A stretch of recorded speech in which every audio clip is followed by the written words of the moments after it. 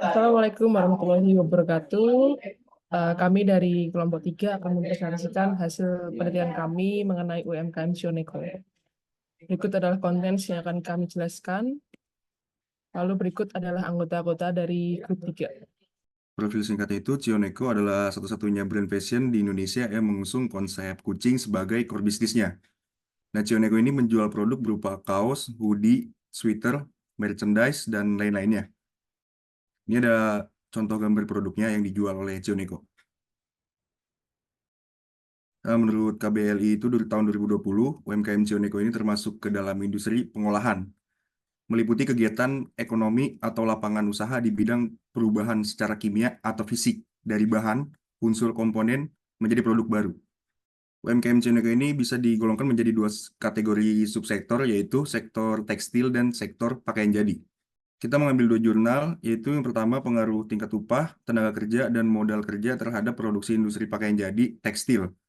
Nah, itu untuk variabel itu, variabel dependen itu ada produksi industri pakaian jadi, dan untuk variabel independen itu ada upah, labor, dan modal. Untuk jurnal yang keduanya itu pengaruh suku bunga kredit dan produk domestik bruto terhadap penyaluran kredit perbankan, bank umum, pemerintah di Indonesia. Variabel itu ada suku bunga kredit dan penyaluran kredit. Nah, untuk metodologi penelitian itu regresi linear berganda. Kemudian ada kelebihan dan permasalahan dari Cioneko. Kelebihannya itu branding kuat dan punya ciri khas, produk berkualitas, desain unik. Kemudian permasalahannya yaitu permodalan belum kuat, sistem manajemen dan catatan keuangan belum terstruktur, pemasaran belum masif.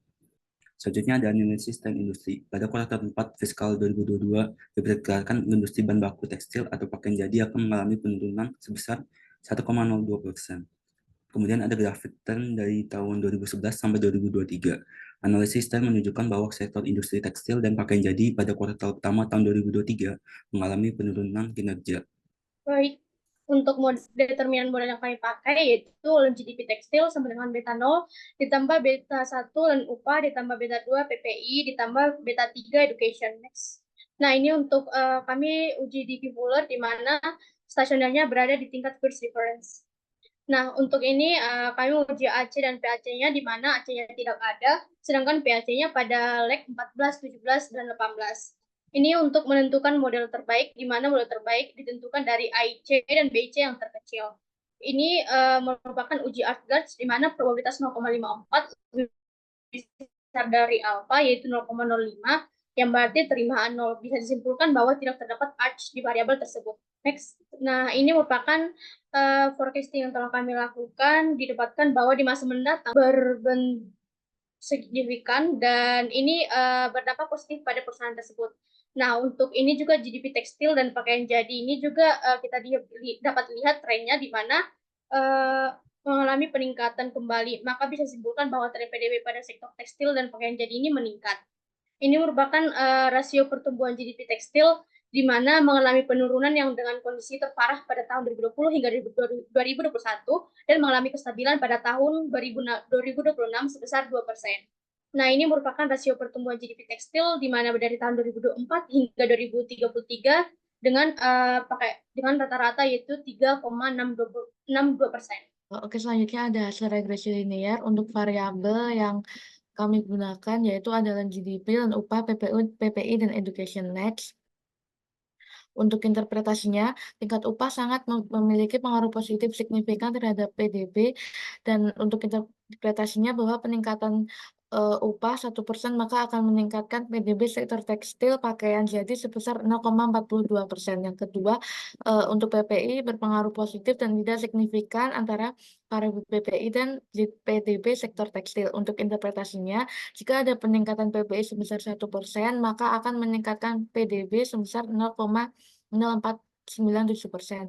Yang ketiga, ada tingkat pendidikan berpengaruh positif dan signifikan terhadap variabel PDB. Untuk interpretasinya, jika ada peningkatan tingkat pendidikan sebesar 1%, maka akan meningkatkan PDB sebesar 0,00428%. Next. Nah, selanjutnya ada uji normalitas. Bisa dilihat di sini untuk probabilitasnya berada di atas 0,05 yang berarti dia adalah lulus uji normalitas. Untuk selanjutnya ada uji multikolinearitas. Dapat dilihat bahwa di sini nilai VIF lebih di bawah 10 yang berarti dia tidak terdapat gejala multikolinearitas atau lolos uji multikolinearitas. Next. Selanjutnya ada hasil uji heteroskedasitas. Di sini untuk p-value-nya sebesar 0,06 yang berarti di atas alfa, yang berarti tidak ada gejala heteroskedasitas atau lolos uji heteroskedasitas. Next. Selanjutnya ada uji autokorelasi. Di sini dapat dilihat ada gejala autokorelasi, maka solusinya dapat menggunakan uji Newey. Next. Setelah diuji Newey, maka hasil yang didapatkan untuk p-value-nya berada di bawah 0,05, berarti hasilnya sama seperti regresi di awal. Selanjutnya ada masalah pada aspek keuangan. Saat ini, Shioneko belum ada pencatatan yang terstruktur. Jadi, mereka hanya mencatat pemasukan dan pengeluaran yang besar, tidak untuk pemasukan dan pengeluaran yang kecil. Akibatnya, mereka mengalami keterbatasan di informasi, pengelolaan, dan pengawasan.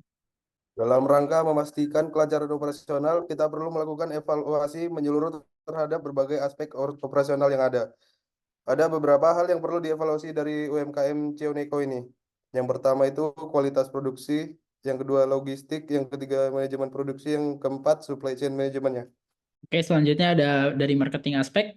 Kalau dari marketing aspek ini, masalah pertama dari marketingnya Cioneko adalah berupa pemasaran yang kurang masif. Harusnya Cioneko memaksimalkan pemasaran sosial media mereka karena sosial media merupakan salah satu hal yang paling penting untuk menjaga brand awareness mereka.